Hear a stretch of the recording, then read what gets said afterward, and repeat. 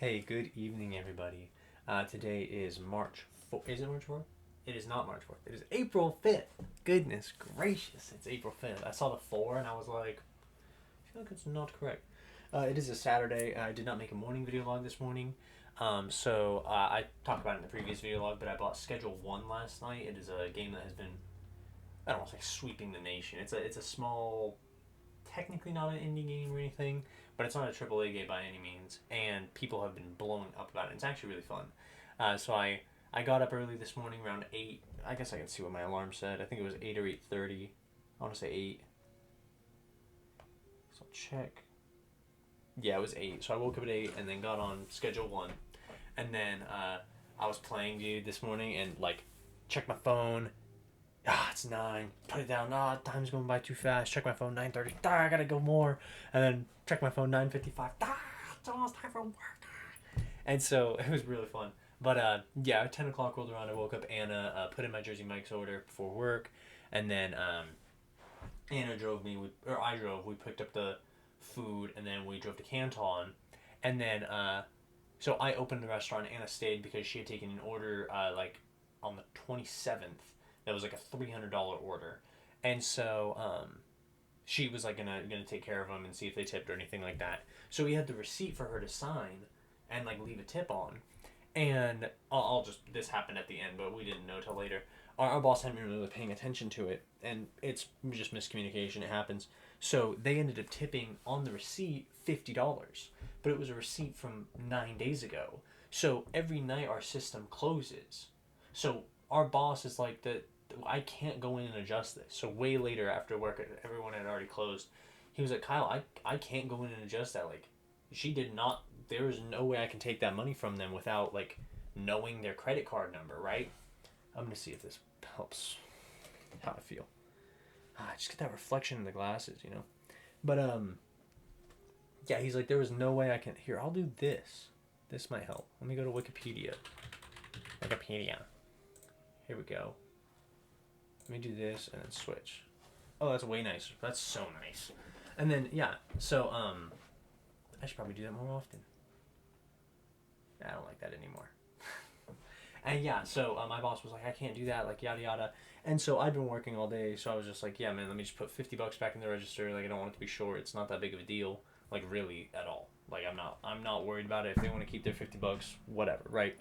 And so wow, my eye is bloodshot. I just noticed. That is crazy. Not enough sleep and too much work, man. And I'm about to play video games after this. Anyways, so I like, gave him the $50 and he was like, I'm sorry, like I didn't want you to lose money. I was like, dude, whatever. Doesn't really like I'm not torn up about it really. And yeah, so Anna helped with that order. Ava helped with that order. Her name is Ava. I got introduced to her as Anna, and it has cooked my brain. I keep referring to her as that when her name is. She wants to go by Ava, so she wants to go by Ava. So Ava. Yeah, so Ava stayed and she helped work with all that, and then they ended up writing 50 on the receipt, and they like the order was literally in 2 boxes, like it was a huge order, and then I was like taking tables, all that, and then yeah, she ended up leaving and going to Roman's birthday party. She came back for soup later because Roman got his tonsils removed, so she came and picked up some soup for him, and then it was actually a really slow day, like really slow, and I know that a lot of Idahoans specifically on April 5th were out protesting because federal government, blah, blah, blah, right? We all don't understand that we do not like tariffs, dude. We don't want tariffs.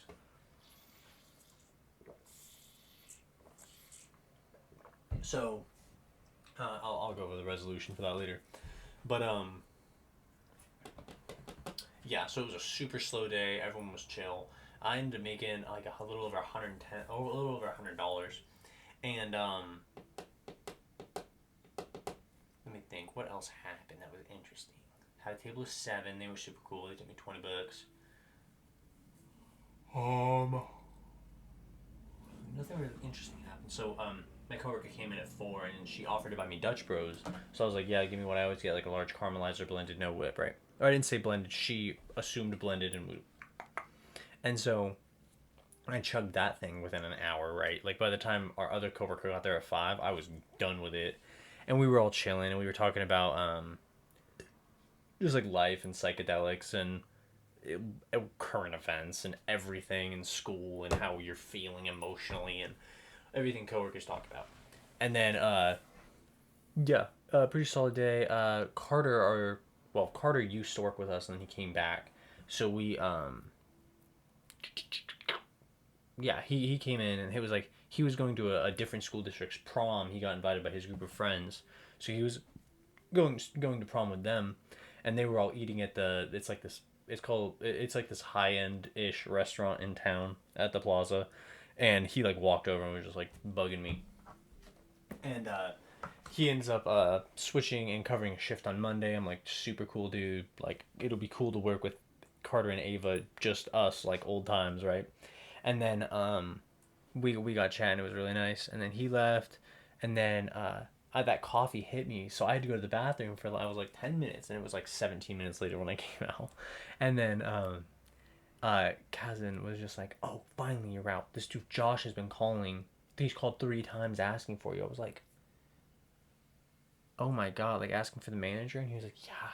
And I was like, "Oh man!" So I kind of get like nervous. I'm like, "Dude, something's wrong," and it ends up being one of our regulars who's just like more like a friend for us than anything.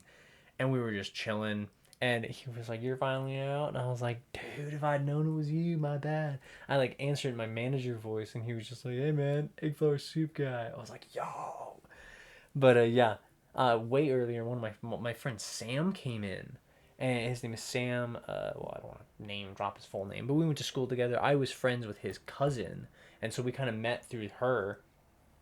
And he's always been this like, you don't want to say socially awkward, just an introverted guy. Like he's not socially awkward. He just doesn't go out of his way to socialize. So I was like sitting there talking about like, how are you, man? How's life? What are you up to? What do you do besides work? Like, what are your hobbies? And he actually shared something to me with me that like made me think. I know I'm bouncing all over the place. My ADHD medication wore off. I'm bouncing all over the place.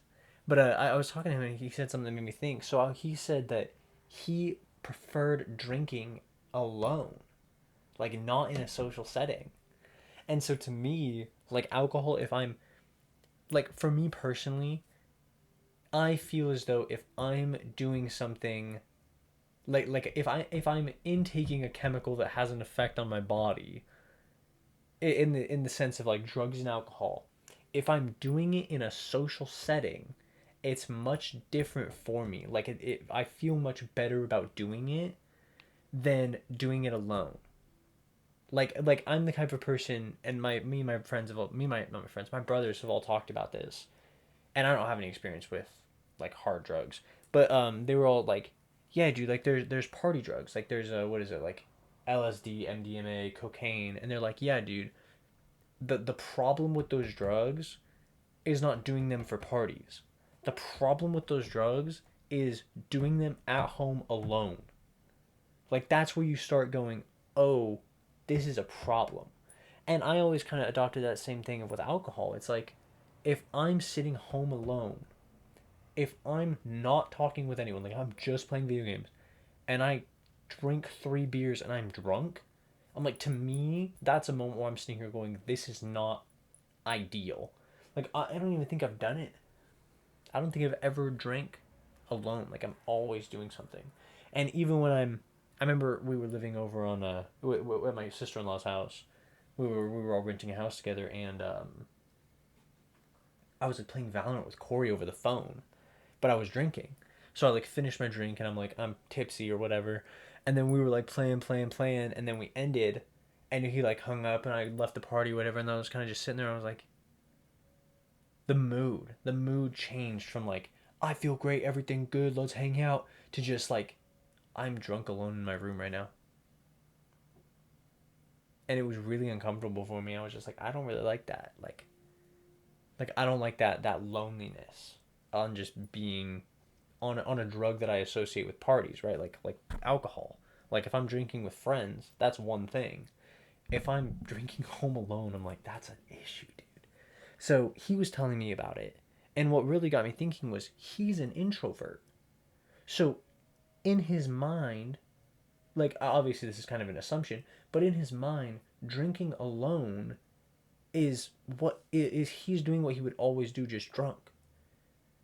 Right? And so like it lowers the like the inhibition, like you can just sit there and chill. Right? And I'm sitting there like, dang, bro. That's wild. Because I'm an extrovert with like introverted tendencies. Like I don't want to start conversations, and I always am apprehensive.